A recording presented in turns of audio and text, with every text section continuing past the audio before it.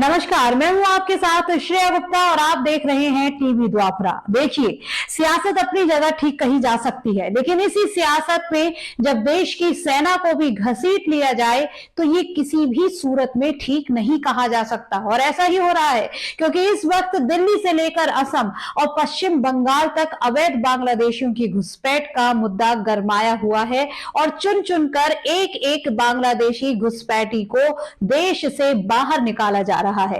लेकिन देश के कुछ सियासतदानों को यह पसंद नहीं आ रहा। दिल्ली से लेकर पश्चिम बंगाल तक अवैध बांग्लादेशियों पर सख्त एक्शन ने कुछ पार्टियों और नेताओं के पेट में ऐंठन ला दी है। क्या है यह पूरा मामला, इस पर नजर डालेंगे, लेकिन उससे पहले याद दिला दूं कि देश और दुनिया की तमाम खबरों से जुड़े रहने के लिए आज ही टीवी द्वापरा को सब्सक्राइब कर लीजिए और बेल आइकन के बटन को जरूर टैप कीजिएगा। और अब आपको बता दें कि देश की सुरक्षा से जुड़े इस अहम मामले को अब सियासत ने घेर लिया है। सियासत का एक अलग ही खेल चल रहा है और हर पार्टी इसे अपने नफा नुकसान के हिसाब से लेकर बयानबाजी कर रही है। लेकिन जो इस देश के लिए सबसे ज्यादा बुरा है वो ये है कि इस मामले में अब देश की सेना को भी घेर लिया गया है। पश्चिम बंगाल की मुख्यमंत्री ममता बनर्जी ने सीमा सुरक्षा बल यानी कि बीएसएफ पर बड़ा आरोप लगाया है। आपको बता दूं, ममता बनर्जी ने कहा है कि पश्चिम बंगाल को अस्थिर करने की साजिश हो रही है और बांग्लादेश सीमा की रक्षा करने वाली बीएसएफ विभिन्न क्षेत्रों से बंगाल में घुसपैठ की अनुमति दे रही है। यही नहीं, पश्चिम बंगाल की सीएम ममता बनर्जी ने केंद्र सरकार पर सीधा निशाना साधते हुए बीएसएफ पर बड़ा आरोप लगाया।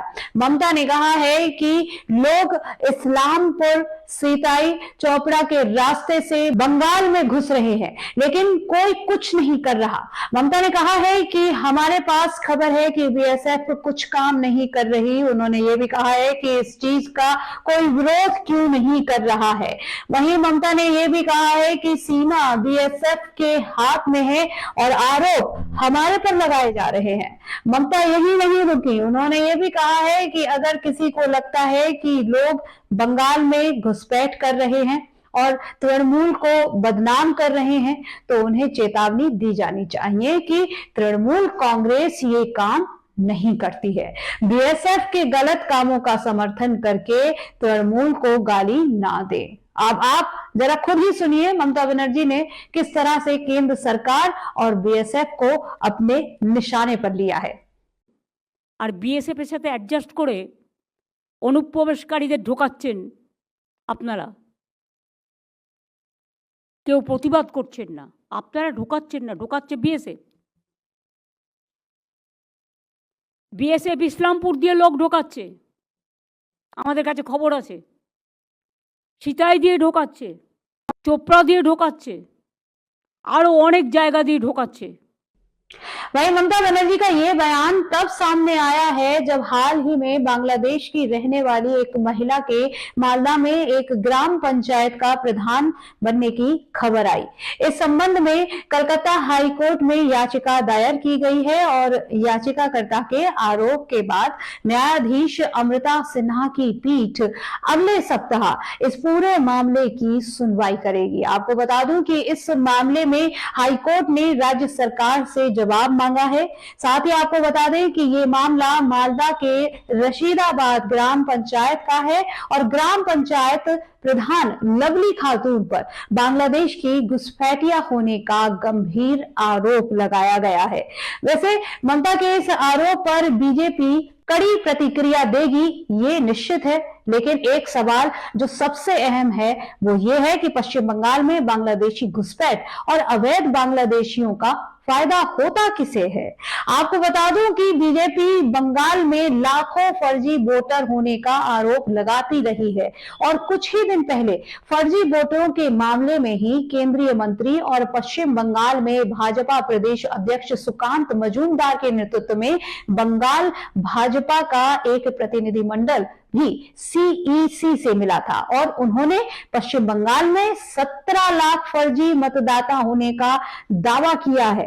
वहीं कुछ ही महीने पहले पश्चिम बंगाल से एक चौंकाने वाली रिपोर्ट भी सामने आई थी, जिसमें यह दावा किया गया था कि पश्चिम बंगाल के सिलीगुड़ी में भारतीय नागरिकता 10-10 हजार रुपए में बिक रही है। आपको बता दूं, फर्जी आधार के साथ पैन कार्ड और वोटर कार्ड बनाने का धंधा तेजी से जारी है और मात्र 10,000 रुपए में फर्जी आधार कार्ड बनाकर दिए जा रहे हैं। वहीं नेपाली और बांग्लादेशी इसी के बल पर भारतीय नागरिक बन बैठते हैं। दरअसल सिलीगुड़ी के निकट फांसी देवा क्षेत्र में बांग्लादेश और नेपाल के काफी लोग दोहरी नागरिकता वाले हैं और इसी क्षेत्र की सीमाएं बांग्लादेश से लगती हैं और ऐसे बांग्लादेशियों को पुलिस ने पकड़ा भी है, जिनके पास से भारतीय आधार कार्ड मिले हैं। अब ऐसे में सवाल ये है कि आखिर ममता बनर्जी क्यों इस वक्त इस मुद्दे को उठा रही हैं और साथ ही आपसी सियासत में देश की सेना पर सवाल क्यों उठाया जा रहा है। आपको क्या लगता है, हमें कमेंट बॉक्स में जरूर बताइए, क्योंकि आपकी राय हमारे लिए बहुत अहम है। फिलहाल इस रिपोर्ट में इतना ही। अगली खबर के साथ आपसे फिर होगी जल्द मुलाकात। तब तक के लिए आप देखते रहिए टीवी द्वापरा। धन्यवाद।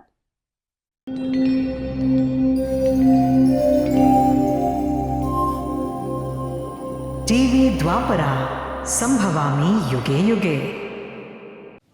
अगर ये प्रोग्राम आपको अच्छी लगी तो लाइक, शेयर और कमेंट करें। टीवी द्वापरा के प्रोग्राम्स को हमेशा देखने के लिए सब्सक्राइब करें, बेल आइकॉन दबाएं।